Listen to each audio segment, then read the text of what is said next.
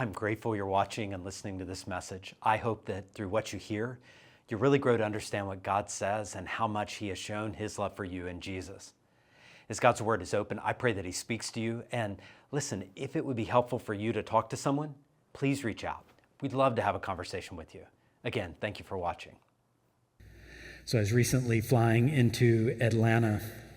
I had a window seat, so I was able to see out the side of the window. And if you've ever done that, you know that you can see a line of planes coming in. I don't know how many, Google has about 10 different answers to how many planes land in Atlanta in a day, but I do know it's a lot. It's a lot that land, and one comes in after another, comes in after another. 2 runways there, they both come down. And I thought of that this week as I was preparing. Stay with me here, because I want you to hold that image of your mind, plane after plane coming in, plane after plane arriving, because I want us to think about a theme in Proverbs, and that's actually all over Proverbs, and that's the theme of teachability.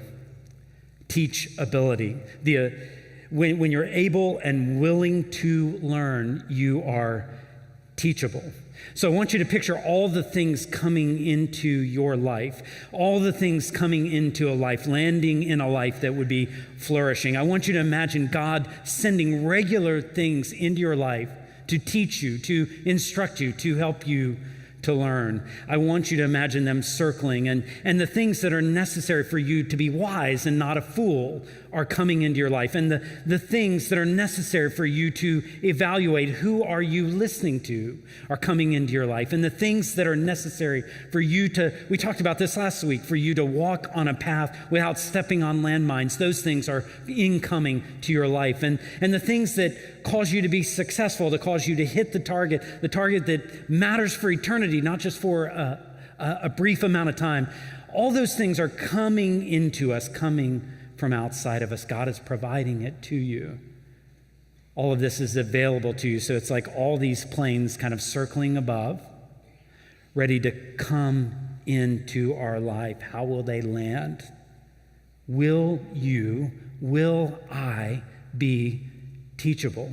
So that's some of where Proverbs 15 goes. So I want to read Proverbs 15 and verse 31.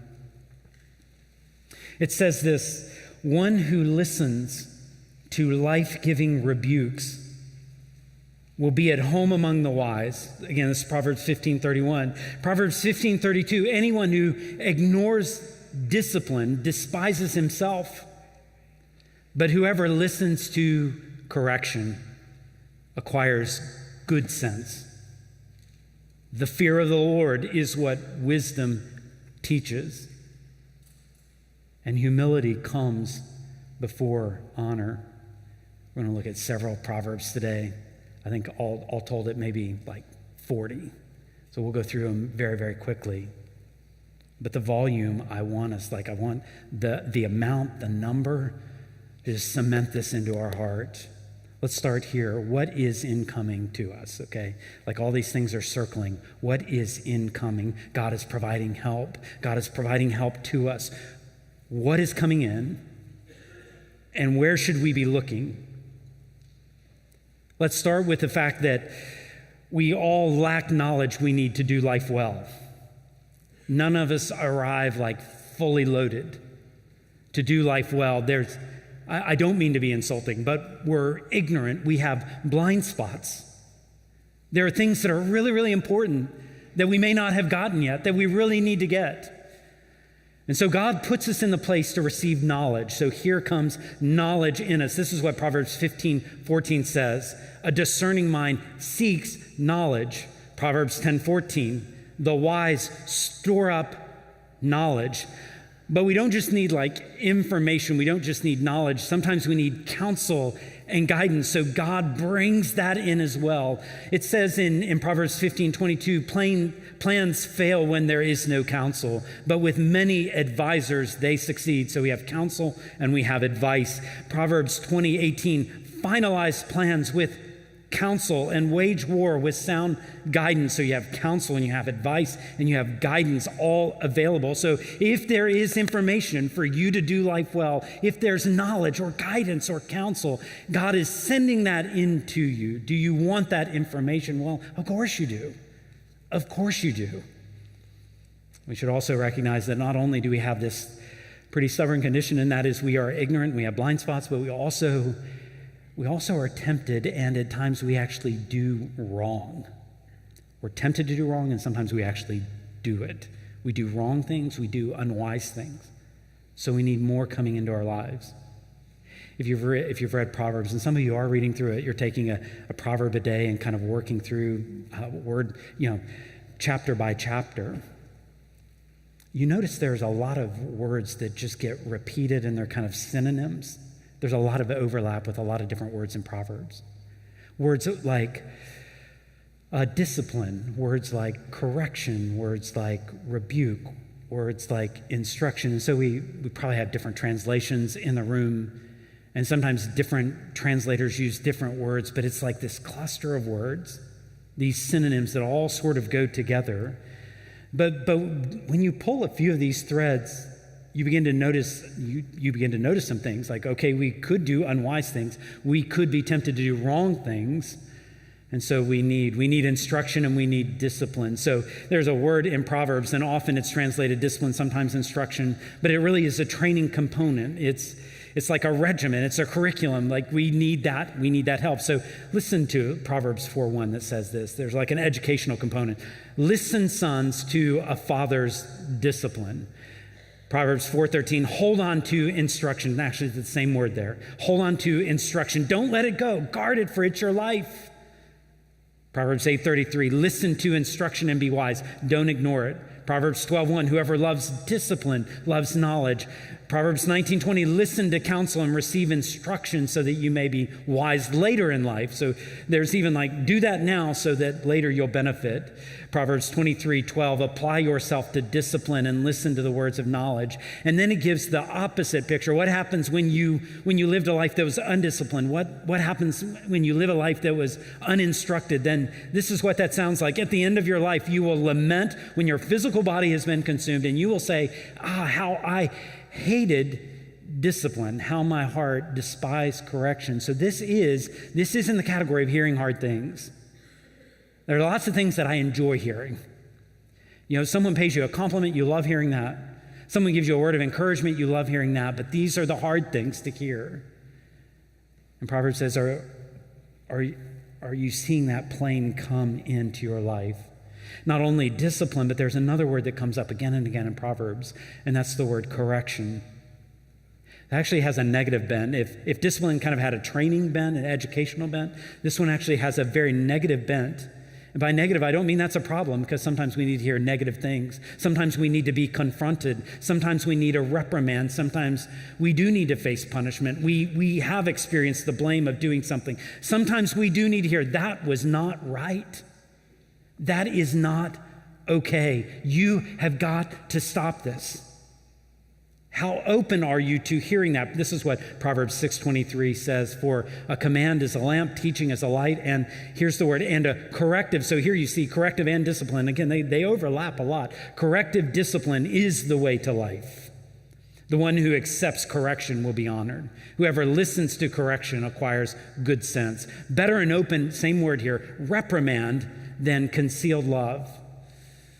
It's a negative thing, but it's so necessary. It's easy to talk about it, but it is tough when you get corrected, when you get reprimanded. All you have to do is think of a kid. Perhaps you've seen it play out in front of you. Perhaps you've seen a video of it. Mom corrects a kid.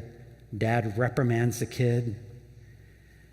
And what they do is they say, thank you, O wise one, for imparting all sorts of wisdom to me. I don't want to ruin my life. I don't want to wreck my life. So thank you. I receive that reprimand. No, that's not what they say. What they say is, how dare you? If they don't say it with their words, they say it with their looks. How dare you? Stay out of my life. Stay out. And we just find convenient and clever ways to do grown-up versions of that. When people correct us, and we say, how dare you? Stay out of my life. This does not concern you. This is where Proverbs gets in tight. It gets in uncomfortable. There's another word that kind of flies with correction, but it's a different form. It's a different word, but it's almost like a corrective rebuke. This is the kind of correction where it's like you need an explanation of why is it wrong. You need help in connecting the dots because maybe you don't get there so quickly, and maybe you need an argument like this is what's going wrong. And Proverbs says again and again, I don't have all the references for you here, but again and again it says when you try to do this to a mocker, you actually probably end up worse off because they just don't want to hear it. Someone connects the dots. But listen to Proverbs 25:12. This is the corrective rebuke, a wise correction, like an explanation connecting some dots. A wise correction to a receptive ear is like a gold ring or an ornament of gold. And then there are also rebukes that are threats. There are rebukes like, you keep going down this way. I don't mean like threat of personal harm. It's just threat of danger, disaster. And those threats are real. No one wants to get threatened. But do you want to know something going on in your life? That's why Proverbs 17:10, this is the rebuke. A rebuke cuts into a perceptive person more than 100 lashes into a fool. A wise son responds to his father's discipline, but a mocker does not listen to a rebuke. And if there are things that you're doing that are hurtful, do you want to be corrected? You do. There are also things that are warnings. So Proverbs 1:23, if you respond to my warning, then I will pour out my spirit on you and teach you my words. If there was potential harm in the path you're walking, do you want to be warned? I've covered a lot of words there. Covered a lot of different things. We talk about knowledge and counsel and guidance and advice and discipline and instruction and correction and reprimands and rebukes and warnings. Do you have any of that in your life? Any of that circling above, kind of coming into your life? Any of it? Proverbs says it's God's gift to us. Like it comes to us. Will we learn? Will we listen? And I think probably the incoming, it's helpful to not just hear like all the categories of different kinds of things that the Lord gives for us to grow and for us to learn and for us to be teachable, but it's also helpful to hear the sources. So sometimes it's pretty clear Proverbs expects some of these things to come into us from complete strangers. There are people that we don't know, or maybe we do not know well, that may speak a word to us, and that word may be the corrective word we need, the guiding word we need, the counsel that we need in that moment. It may be complete strangers. Sometimes the source doesn't matter as much as what God is trying to do to get our attention. But so often it's not just strangers, it's teachers and it's instructors. Where do you sit under the teaching and the instruction? And sometimes it comes from wise counselors and guides people willing to walk with you and go, I wouldn't do that. I would be very careful doing that. So got all these things coming in, but they're coming in from strangers, from teachers, from counselors, instructors, guides. It's also, sometimes we need words from friends. Many of you know the Proverbs 27:6 that says that faithful are the wounds of a friend. And it feels sometimes a friend comes and says, this is not okay. But how good, this is deceitful are the kisses of an enemy. The person that's always glad to tell you just what you want to hear, now that could send you down the wrong road. But the friend that says, here's what I'm seeing, and I know it's going to hurt.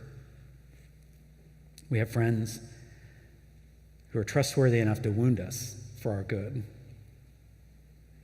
It comes from fathers and mothers. Doesn't Proverbs say that again and again? Listen to your mom, listen to your dad. Don't turn off your father, don't turn off your mother. We have all this incoming, but ultimately, you know who's speaking. You know who's giving the correction and the guidance and the counsel, the corrections, the warnings, the rebukes. This is the way Proverbs 3 says it, Proverbs 3:11. Ultimately, the Lord is speaking. That's why it's don't despise the Lord's instruction. Do not loathe his discipline. I think about all these things coming in, and this week I thought about a friend who, and most of you would not know this friend, but he had deeply messed up his life. Like a wreck to where his wife wanted nothing to do with him.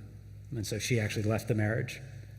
Adult kids who didn't really want any time with him.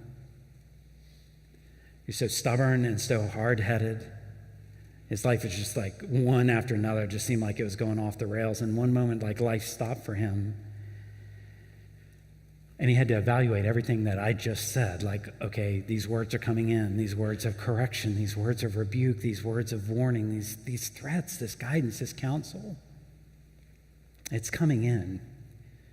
And the next question on teachability is, will we be receptive?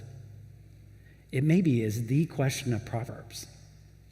I just think like I'm preaching lots of different Proverbs, but in some ways this is the whole theme of Proverbs. Will we be receptive? The planes are approaching.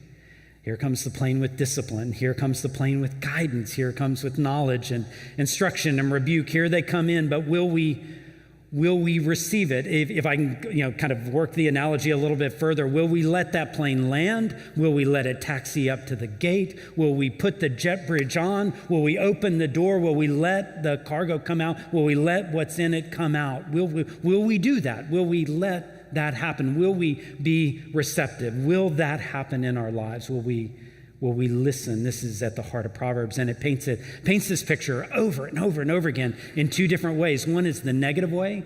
Here's what it looks like when we don't do that. And then the positive way. Here's what it looks like when we do that. So in the negative way, here's the negative, potentially negative picture. Proverbs 1 just starts off right out of the gate. Proverbs 1:24, and just I want to highlight a few of these verses here. It's like, I called out and you refused. I extended my hand. This is like wisdom speaking. It really is almost the Lord speaking. I extended my hand, but no one paid attention. You neglected all my counsel. You did not accept my correction. So there's the negative picture, like, nope, you're not landing here. You can just like get right up in the air and go to another place because I do not want you here. It says they hated knowledge. They didn't choose to fear the Lord. They were not interested in my counsel. They rejected all my correction. There at the end of Proverbs 1. Proverbs 5 is the testimonial. The testimonial says, I did not obey my teachers. I did not listen closely to my instructors. Proverbs 12:1, the one who hates correction is stupid. It's the negative side, and then there's the positive side. Listen to the positive, like accept my instruction, Proverbs 8:10. Accept my instruction instead of silver and knowledge rather than pure gold. You instruct the wise, and he will be wiser still. You teach the righteous, and he will learn more. There's a receptivity there. Proverbs 15, this was our text. One who listens to life-giving rebukes will be at home among the wise. Anyone who ignores discipline despises himself, but whoever listens to correction acquires good sense. And again, we looked at this earlier. A rebuke cuts into a perceptive person more than 100 lashes into a fool. So here's what we're asking, like, how receptive am I? And maybe the way we ask it is, how teachable are you? And we could put it out on a continuum. Because I think these things function a lot like a continuum, maybe in different areas of our life. How teachable are you? How willing are you to listen and to accept? So on one side, we have like you listen and you respond and you receive and you accept and you seek knowledge and you watch for it and you wait for it and you acquire it and you store it up and you gain and you learn and you become wiser. All those are words in Proverbs.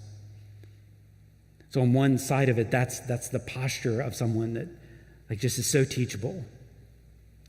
But then the other side, here's a bunch of other words from Proverbs. You reject and you refuse and you don't pay attention and you're not interested and you despise and you loathe and you don't obey and you don't listen and you stop listening and you ignore and you hate. And then Proverbs 29 says, one who becomes stiff-necked after many reprimands will be shattered instantly beyond recovery. Well, it's such a different picture, isn't it? Now, the question is, where are you? Can I ask even more specific questions? Are you learning from your mistakes? You say, well, it's been so long since I've made one. That might be a lesson. Is there any sense where, any part of your life where you go, I have arrived. I don't mean mature. I think there's a place for maturity. There's a place for growth. Is there any place where you go like, I have arrived. I don't even have to worry about that anymore? How does it go when people correct you? Have you communicated by past interactions when people have tried to bring up a sensitive subject? Have you communicated like, don't waste your time. I don't want to hear it. A lot of people will take that as like, okay, for the rest of your life, you just do it because it's not worth it. How have you communicated when you've been corrected? What is the reaction time and the level of your defensive?ness? Because let's face it, I'm going to react and I'm going to be defensive, but has that reaction time slowed down a bit? So I go, wait a minute. That's not true. Where's the level of defensiveness? Oh yeah, well what about this? What about this? Is that level higher or lower? Is that reaction time becoming like longer? I can take it in. I think this is so critical. When are the last real changes you made as a result of someone's correction of you? Someone corrected you, and you said, I hear it, and with God's help, I'm going to make a change, and it happened. Like, when is the last time? Do you ever invite correction? And not in the way where you're just like really, really trying to get someone's like rubber stamp on an action you just did, but do you invite it? You go, I'm not sure I handled that well. Can I just walk through, do you think I did not? Could have I worded something different? And again, not just to justify yourself, but really because you want to hear. Do you pursue discipline? Do you have friends close enough to let you know how you are perceived? Would you change if they were truthful? Your friend says, you talk about people a lot. Like you do it all the time. And does that prompt a change? You have a friend that says, like, you're just becoming more and more, like I hear about more and more things you got to have, more and more things you got to have. Or I've noticed a bitterness growing. And I hear it almost every time you talk. And I don't think it's doing a lot of good for you. Again, these are sensitive areas, but do you have anybody even close enough to do that? I mentioned my friend a moment ago whose life really had gone off the rails. What I so appreciated about him over time, this is what stood out to me, as he was so receptive. I think life had broken him down so hard and so far. I just watched as this man, not for like one counseling appointment. Okay, I'll do whatever you want. None of that. That's easy to do. But I saw this man who was, I think, in his 50s, begin to make change after change after change. Go to his children with a repentant heart. Receive correction that hurt. Correction that may have been a little bit over the top at times. Like, that may be too much. But I heard him take that in, and I watched, like we would meet, I don't know, maybe every other month. And I thought, like, this man in front of me eating breakfast is not the same man that I met with a year ago. This man is changing because he's receiving counsel. He's receiving guidance. He's receiving it. And it was hard and it was difficult, but he leaned into learning. And I promise you, if he can do that, God can do work in our hearts as well. I think the most important question on all of this, though, with teachability is, yes, it is, are we receptive? But then the next question becomes, will we follow through with what we're learning? So you're able and willing to learn. You're able to be instructed. I do feel like that's way over half the battle. But then it does come into, like, will we follow through? If we kept following the analogy a little bit, it's like, well, the point is never to get like the person to the airport. The person leaves the airport and goes where they want to go. That was the whole point of the travel. It was like, the word came in and we heard it and we received it. The correction, the reprimand, the rebuke, the instruction, it came in, we received it, and now we're going to live differently. We're going to follow through. Will we put these things into practice consistently? That's why I do think Proverbs emphasizes here, Proverbs 10:17, the one who not just hears instruction, not just listens to it, accepts it, receives it, but the one who actually follows instruction is on the path to life. The one who rejects correction goes astray. Proverbs 1:23, if you respond to my warning, then I will pour out my spirit on you and teach you my words. And I even think this one, Proverbs 20:18, finalize plans with counsel and wage war. So the idea, again, the picture there is that there's action. So you actually get to the point of waging war. You have the war council, and then you go to it. Today, what steps do you need to take, do I need to take to, okay, we're learning, we're willing to be taught, and now we put it into practice. Could it be possible that this would help you put it into practice, is somehow writing it in a journal or typing it or just making note of it, some way, capturing it some way? Because I find we are easy to forget the Lord's work in our life. We're easy to forget sometimes the progress that we've made. So sometimes I do wonder, is it helpful to document and go, I heard the Lord speak to me on this, and you actually capture it. You write it down somewhere where maybe you could see it repeatedly and revisit occasionally.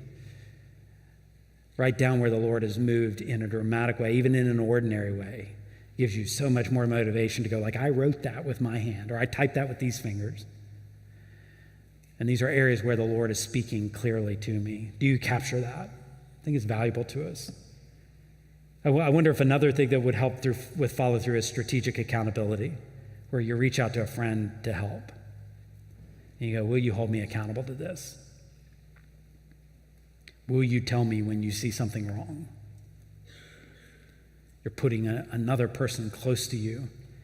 You have to be willing to hear it, because one defensive remark may shut it all down. It really can. But you have to be willing to hear it. And I do wonder how much of the follow-through is just consistently coming back to prayer. Because a lot of I don't know about you, a lot of the work of God in my life isn't dramatic. I've had dramatic moments where God turned some things on a dime, but so much of God's work is just steady, slow progress. And for that, I'm tempted to quit. It's sometimes no fun to be disciplined, no fun to receive correction. So I'm going to have to pray Lord, this is a daily grind, and I'm going to have to depend on you more and more, not less and less. It's a sign of spiritual maturity when we realize how much we need him. On the surface, when you read Proverbs, I've thought about this a lot. It's easy to assume Proverbs you read them straight up, and it seems like there are just a lot of rules telling you how to live your life. Do this, don't do this, better not do that, better really do this, better do this, better don't. All the time. It just keeps coming. And maybe some of you, that's been a little bit of an obstacle to you reading Proverbs. But this morning, I hope you've seen a pattern in Proverbs. It's actually, if you look at Proverbs in one way, you can see it has a gospel shape to it. What do I mean? What do I mean about gospel? What is the good news in Proverbs? What is that shape to it? Because I do think it has that gospel shape. Because the gospel reminds us you're in a place where you need help from outside of you. Contrary to all the times you hear you just need to follow your heart, look inside you, you do you. Proverbs gives you a much more realistic picture. The world's a mess and you're a mess. And you need help from outside of you. You need words coming into your life. You need better than just summon strength from within. You need a word coming to you. You need help from outside of you. And the gospel says help has come from outside of you.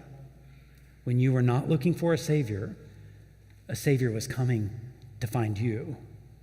This is the good news. God sent his one and only Son to provide redemption and atonement and new life and freedom through dying on the cross and rising new life for you. So yes, the help came and it landed, it arrived. And so then the question comes will we accept it? Will we receive it? Will we reject it? No thanks. God, I've got this on my own. I'll call you if I need anything. Or will we say, no, I will listen. I will not be closed off. I will pay attention. And then once you receive and rely on the work of Jesus on your behalf, you really do begin to follow through. It becomes a lifetime of putting his word into practice and changing you from the inside out, being formed by him. Proverbs comes in. Do we receive it? And then do we put it into action? Well, that's the gospel. Jesus doing for us what we could not do for ourselves. I want to pray that we do have the heart to receive, not just today, because the follow-through tells us actually the most important things probably will happen when we walk out these doors. Let's ask for the Lord's help in that. Lord, thank you. You could cut us off from instruction at our first mistake, the first time we did not listen to a rebuke, the first time that we hated correction, the first time we despised your discipline. You could have just cut us loose. But you are so faithful and so patient and so long-suffering. So, Lord, you are a master at applying these words through your Spirit to our lives. And each one of us is in a different place, different places in our life where we need some things incoming. So I pray that you would give us a heart to receive. Even as we sing, Lord, tune our hearts to sing your praise, tune our hearts to hear corrective words from you. Lord, let us be a church that is teachable. We ask it in Jesus' name. Amen.